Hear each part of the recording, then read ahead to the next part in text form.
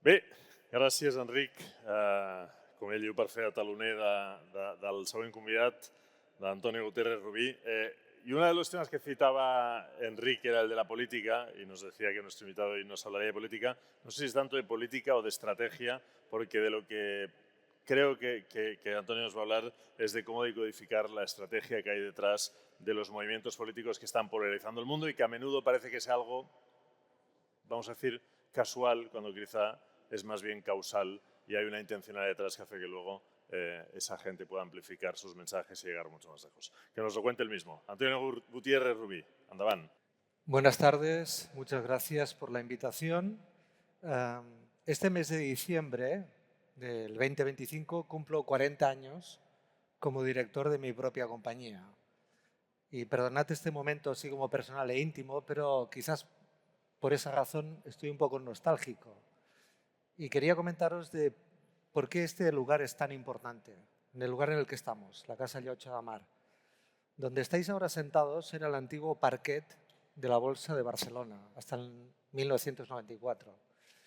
Si tenéis la oportunidad de ver algunas fotografías de ese momento, de lo que era el parquet de la Bolsa de Barcelona antes de que fuera el Paseo de Gracia, es un momento muy interesante, pero el edificio en sí mismo albergó lo que fue la Casa Llotja de Mar y después el edificio institucional de la Cámara de Comercio.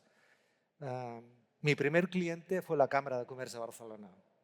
Por eso, perdonad este momento, pero era un pequeño homenaje al lugar, al cliente, a Enric Jouvet y al hecho de que esté hoy aquí en el Tech Spirit, que es mi segunda vez. Intentaré recuperar el tiempo perdido para no perjudicar a las personas que vienen detrás en la mesa. El título de mi intervención se llama Nosotros. Lo que veis aquí, una palabra dentro de otra palabra, en figuras literarias se llama inclusión literaria. Es el hecho de que encontremos una palabra dentro de otra palabra, ¿no? Y cuando Enric me pidió un título o algo para pensar sobre los temas de polarización, me gustó encontrar esta palabra dentro de otra palabra, ¿no? Los otros dentro del nosotros, ¿no? Y sobre eso voy a intentar hacer una intervención breve que espero que os ayude. La polarización a través de los años no ha parado de crecer, es decir, lo que las sociedades sienten como diferentes los unos a los otros, las diferencias de opiniones y de posiciones, las diferencias de la opinión pública no ha parado de crecer.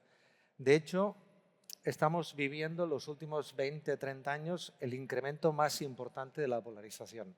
Cada vez nuestras sociedades están más divididas y cuando vemos gráficos tanto de comparación de Europa, de Estados Unidos, América Latina o gráficos globales, lo que vemos es que la polarización es un signo de los tiempos creciente en nuestras sociedades.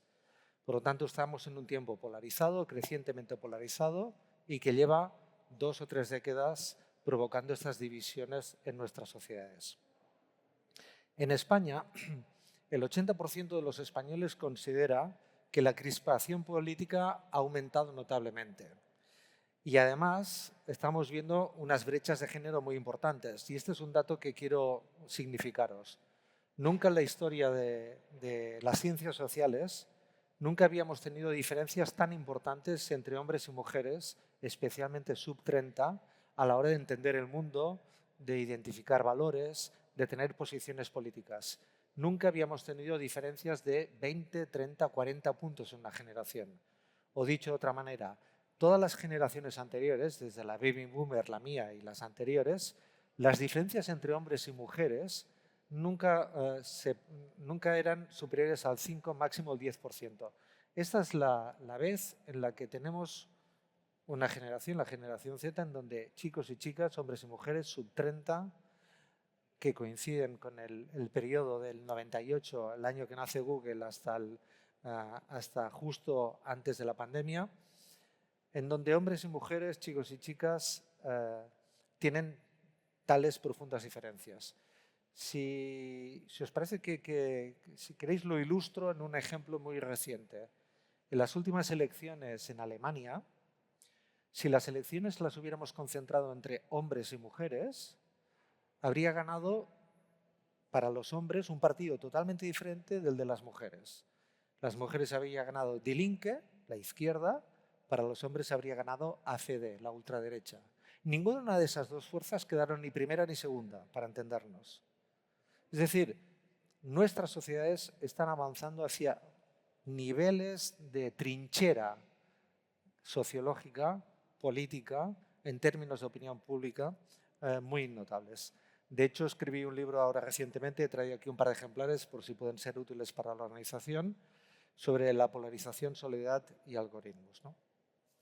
La pregunta es, ¿por qué nos está pasando esto ahora? ¿Por qué estamos ahora polarizados o tan dramáticamente polarizados en relación con las generaciones anteriores? Yo tengo algunas hipótesis, algunas tienen que ver con la tecnología, pero no todas.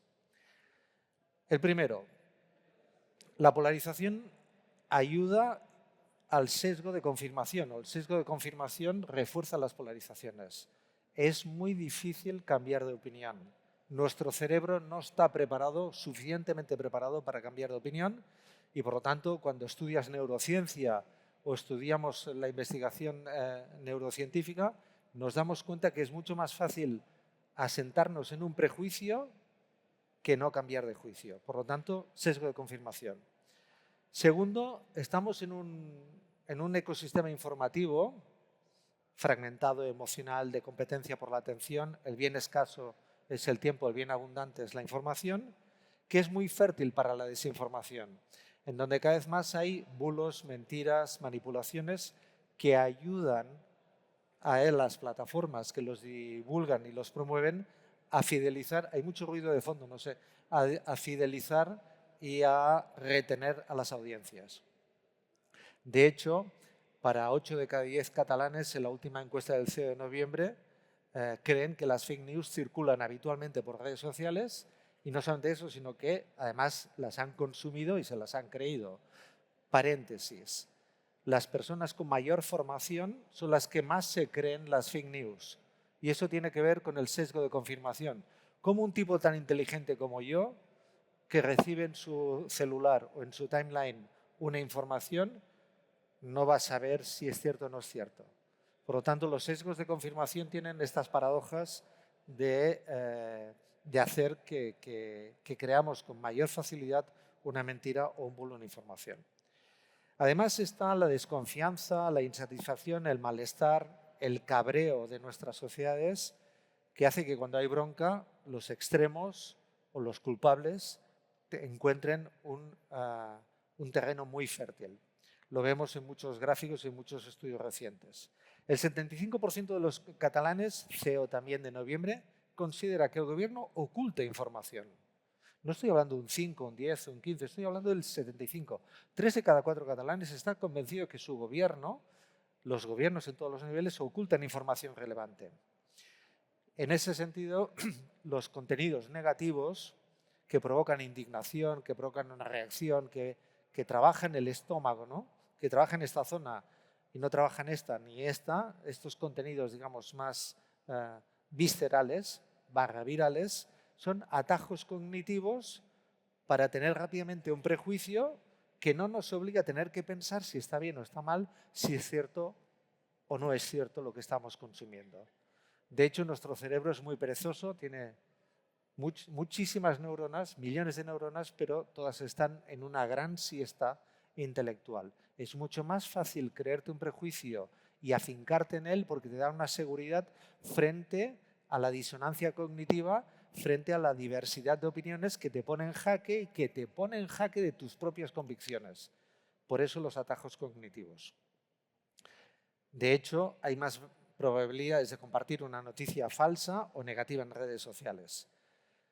A todo eso contribuye una industria, la industria de la tecnología de las redes sociales, canibalizada por algoritmos que lo que hacen es retener a los usuarios, retenerlos a cualquier coste, a cualquier precio, para fomentar burbujas, cámaras de eco,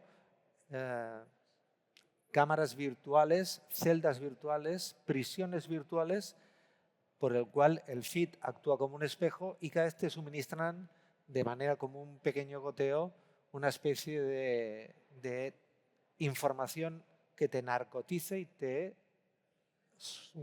esclaviza en un entorno de reverberancia intelectual. ¿Por qué? por lo que os he dicho antes. El tiempo es escaso, la información es abundante y en esta tensión las plataformas compiten y tienen que retenernos en el tiempo. De hecho, por eso TikTok con el scroll infinito ha conseguido un gran cambio, digamos, en los paradigmas y en las estructuras de algoritmo de todas las plataformas.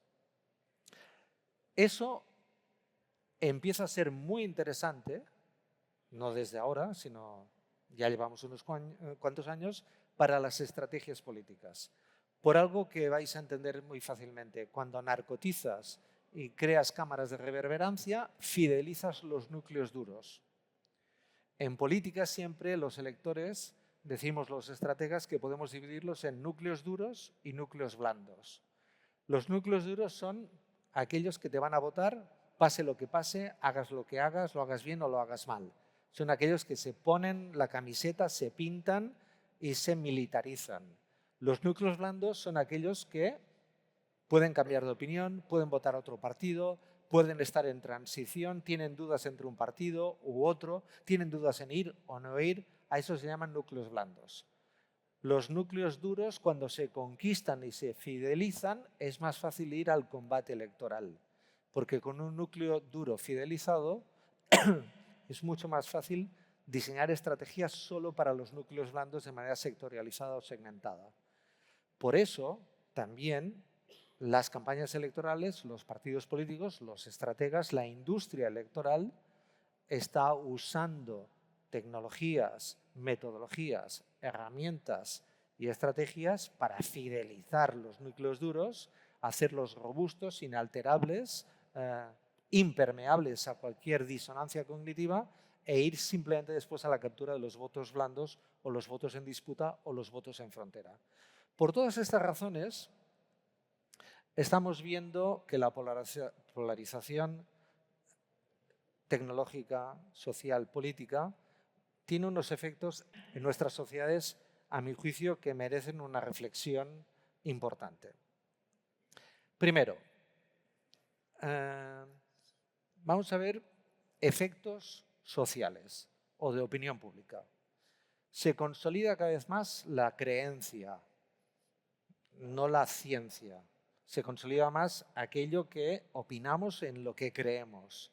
Las opiniones públicas se han convertido en opiniones de fe, opiniones de creyentes. Esa es una idea muy importante, que tiene una trascendencia radical en nuestras opiniones públicas y que transforma toda la industria, digamos, de la comunicación. De hecho, pensar en lo que uno cree convierte a las personas en ciudadanos de ciudadanos a militantes, de militantes a creyentes. Y esta transformación es una transformación que tiene graves consecuencias. Hasta tal punto que distorsionamos la realidad. Este es un gráfico súper apasionante. ¿Qué pasa con los republicanos en Estados Unidos cuando gobiernan los demócratas? Que tienen una visión de la economía. ¿Qué pasa al día siguiente que ganan, por ejemplo, los republicanos a los demócratas? ¿Qué pasan sobre los espacios contrapuestos? Que ven la realidad totalmente diferente a como la veían solo unos días antes. Es decir, los prejuicios actúan como unas gafas de mirar la realidad. Creemos aquello que pensamos. El prejuicio se impone. Este cambio sociológico es un cambio dramático. Por eso aumentan los discursos de odio que fidelizan núcleos duros y nos comportamos como tribus. Pasamos de segmentos sociales, pasamos de grupos sociales a tribus. Esta tribalización de nuestra sociedad tiene características también muy relevantes. De hecho, en las tribus no tenemos amigos. En las tribus solo tenemos gente que forma parte de la tribu. Y cada vez es más difícil encontrarnos grupos de amigos que tienen fuertes disonancias cognitivas o políticas.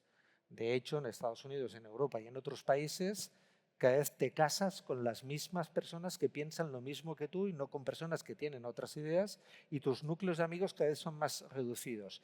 Dicho de otra manera, tu burbuja te va atrapando y tu círculo del nosotros cada vez es más pequeño y el otro es mucho más grande.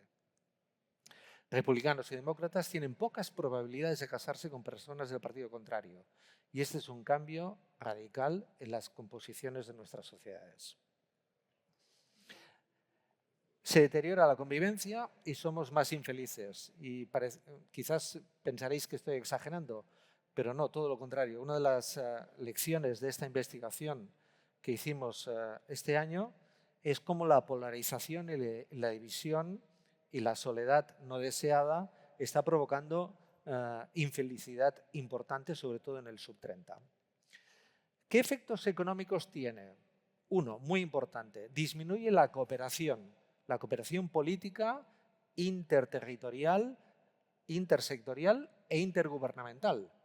Es decir, cada vez es más difícil cooperar con otra administración en otro territorio o con otro sector, porque la polarización impide que las administraciones trabajen con el interés general como norte, como guía, como timón, porque el interés de parte, el interés de la tribu, el interés del núcleo duro, el interés polarizado, hegemoniza, coloniza el cuadro de mando de la política, también de la política económica. De hecho, si queréis tener una lectura no de ciencia ficción, sino una lectura muy importante, tenéis que ver el documento publicado por la Casa Blanca hace tan solo una semana sobre la política internacional de Donald Trump y cómo ve a Europa y cómo nos ve y qué piensa de nosotros y qué va a hacer. Por lo tanto, no contempla la cooperación política, que ha sido tradicional en la cultura transatlántica, en la cultura de cooperación entre Estados Unidos y Europa, sino que está viendo un proceso por el cual tiene que colonizarnos políticamente. Dicho de otra manera, la polarización política que en estos momentos está en el cuadro de mando de la administración norteamericana les impide ver la cooperación como un ejercicio beneficioso, sino solo contemplan la dominación. Es un texto que debéis de leer en serio. Es mi única recomendación del día. Leed el documento de la Casa Blanca sobre cómo se imaginan su relación con Europa en los próximos años. ¿Aumenta la incertidumbre regulatoria? Claro que la aumenta. En situaciones de máxima polarización, nuestras leyes tienen peor calidad. Y nuestros procesos electorales son más cainitas y fratricidas, porque es muy difícil establecer perspectivas de colaboración política a más de una legislatura, porque la legislatura siguiente viene a cuchillo a quitar a la anterior. Por lo tanto, el déficit regulatorio, la calidad regulatoria, la calidad, digamos, de las leyes con las que vamos a tener que operar y que regulan el marco en el que tiene que operar la economía libre y de mercado, es más eficiente, está más politizada, está más ideologizada y tiene menos interés general. La inestabilidad frena las inversiones, además, y se exige a las marcas que se posicionen. Las marcas tienen que convertirse en parte de los ejércitos polarizados de los gobiernos de turno. A nivel político, lo que vemos es que las consecuencias son dramáticas. El rival pasa a ser un adversario y el adversario un enemigo. Rivales, adversarios, enemigos. Cuando hay enemigos, no hay posibilidad de acuerdos. Cuando el rival y el adversario es un enemigo al que hay que batir, derrotar, y que cualquier concesión, sea legislativa, sea política, sea cultural, sea social, se ve como una falta de autoridad y de fuerza que legitima o no la posición de la política dentro del núcleo duro.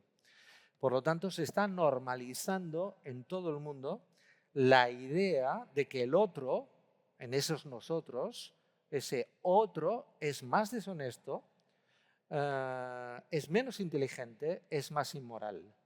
Cuando ves al otro con categorías morales, con estas gafas de mirar, y que lo tienes que deshumanizar desde el punto de vista moral y ético, evidentemente eso genera una fractura social que impide la colaboración política y, sobre todo, es una alarma muy importante para el mundo de la economía libre y de los negocios libres, a mi punto de vista. Eso hace que la política del zasca, del deterioro, del insulto, de la agresión, la política que destruye al adversario que lo ves como enemigo, se convierta, digamos, en elemento normativo. Esta página sobre los insultos de Donald Trump hace unos años fue muy reveladora. Y además ahora estamos en Donald Trump 2, en la segunda versión, que explica hasta qué punto este proceso de deshumanización y, digamos, de agresión permanente tiene una filosofía política, una manera de entender la vida política muy peligrosa, a mi juicio. Las agendas se radicalizan, la agenda política se radicaliza, la agenda social, la agenda que marca la opinión pública se radicaliza y los acuerdos se vuelven imposibles. Si os pensáis que en este entorno político y social puede haber economía cooperativa, economía libre, economía diversa, economía creativa y competitiva, a mi juicio, no. Mi tesis es la siguiente: cuando las sociedades se deterioran, los mercados caen, porque el vínculo entre mercado y sociedad es insoslayable. No hay mercados libres de su sociedad, no hay mercados en una burbuja en la sociedad, no hay mercados que puedan trabajar y operar al margen de las sociedades en las que están incardinados o en las que están localizados o territorializados. Por eso estamos donde estamos, porque está creciendo un sentimiento antisistema que hace que en estos entornos polarizados los que están dispuestos a pasar a cuchillo al enemigo, al otro, a ese otro del nosotros, están creciendo en todo el mundo. ¿Qué se puede hacer? Muy brevemente. Uno, tener una dieta informativa lo más equilibrada posible. Os recomiendo cosas muy sencillas, como en nuestra dieta, que tenemos que comer frutas, verduras, pescado, carne, pues hacer lo mismo con la dieta informativa. Si vuestro orden de lectura informativa es siempre el mismo, seguramente vais a quedar contaminados informativamente. Cambiad. Yo tengo una aplicación que me obliga a entrar a los medios de comunicación por un orden diferente de mis preferencias. Y me lo pienso, es decir, hay días que entro por El País, otros días que entro por El Español, otros días que entro por el ABC, otros días que entro por el periódico, y me exijo entrar para que mi primera lectura de la realidad no sea la de siempre, la del carril seguro con la que siempre quiero ver el mundo y mis relaciones. Por lo tanto, amplío mi dieta informativa para tenerla la más equilibrada. Me pongo en el lugar del otro, valores del otro. Intento pensar en el reframing moral.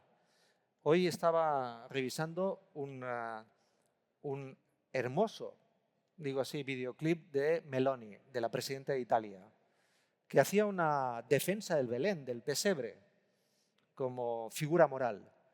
Y al principio me choqueó, pero después lo vi 2 o 3 veces intentando quitarme mis propios prejuicios, colgando mis prejuicios en el perchero de mi casa para comprender los valores del otro. Valores de una persona que quizás con las que no puedo compartir o sí comparto algunas cosas. Y vi otras cosas de ese vídeo. Por lo tanto, el reframing es importante. Reivindico el espacio público. Si estamos cada vez en lugares en donde solo el nosotros y el otros no sea compatible, vamos a estar mal. Crear más lazos débiles, más espacios de convivencia, más espacio público para que las diferencias sean más importantes. De hecho, las ciudades más peatonales son las menos polarizadas. Lo dejo ahí solo como marca del espíritu de Barcelona. Y apostar por la política del kilómetro cero. Menos ideología dura y más pragmatismo político. Intentar saber y comprender y atender los problemas de proximidad y del metro cuadrado de los electores. Y evitar y ensayar regulaciones para pacificar las redes. Ayer Australia acaba de prohibir a los menores de 16 años usar redes sociales y empiezan a haber reflexiones de todo tipo. Tiene aspectos positivos y aspectos negativos, pero lo voy a decir claro y contundente. El tamaño de las Big Tech es único en la historia económica. Nunca habíamos tenido empresas tan grandes que valieran tanto dinero y que fueran tan dominantes. Con ese tamaño de las Big Tech, la política es así. La política democrática es así de pequeña. Y no es posible regular una cosa tan grande siendo tan pequeño. Acaba siendo su escribano, no su regulador. Por lo tanto, hay que empezar a pensar seriamente si hay que trocear o ver qué instrumentos tenemos para evitar un poder tan excesivo Cuando se tiene tanto poder, el imperio sustituye a la república, os lo aseguro. El imperio político, el imperio económico, el imperio social sustituye a la república democrática.